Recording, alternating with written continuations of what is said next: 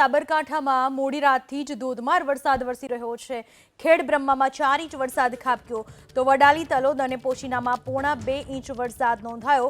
Vadali Khedbrahma state highway road પર વૃક્ષ પણ ધરાશાયી થયું, જેથી રોડને બંધ કરવામાં આવ્યો અને સ્થાનિક પ્રશાસનને પણ જાણ કરવામાં આવી।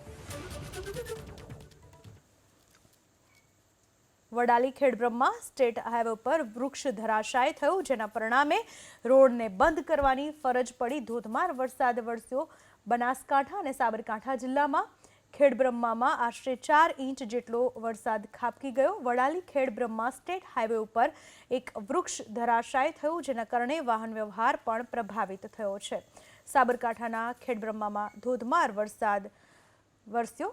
ખેડબ્રહ્મામાં રાત્રે 4 ઇંચ જેટલો વરસાદ ખાબકી ચૂક્યો છે।